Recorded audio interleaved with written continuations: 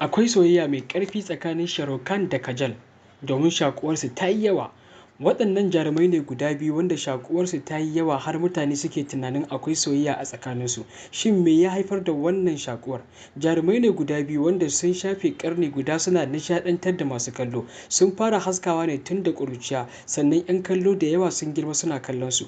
Wasunku za su tuna da su a matsayin Rahul da Anjali a fim ɗin Kuch Kuch Hotaye. Wani zai tuna da su a matsayin Rizwan da Mandira a My Name is Khan. Sun yi fina-finai masu yawan gaske. Sun fara da ƙuruciya a fim ɗin Bazigar a shekarar 1993, sannan Dilwale Dulhaniya Li Jayange a shekarar 1995, sai Karan Arjun a 1995, sai Kuch Kuch Hotaye a 1998, sai Kabhi Kushi Kabhie Gham a 2001, sai Kal Ho Na Ho a 2003, Kalbi Alvida a 2006, sannan Om Shanti Om a 2007, sai My Name is Khan a 2010, sai na ƙarshe wanda har yau ba a ƙara ganin su tare ba shine Dilwale a 2015.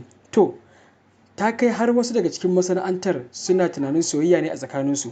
Wasu suna tambaya menene ya hana su auren junansu duk da wannan shakuwar da ke tsakaninsu. Wasu cewa suke ba lalle bane don abota ta yi ƙarfi aure ya yi daɗi. Wasu cewa suke yi aje ya riga shi yin wuf da ita ne, wannan dalilin kaɗai yasa bai aure ta ba. Wasu cewa suke dukkaninsu ba jin daɗin aurensu suke ba, wannan yasa suke son junansu. Wasu cewa suke suna son junansu amma sun kasa bayyana wa junansu. Wasu cewa suke soyayyar da suka kasa bayyana wa junansu shine suke bayyana ta a fim.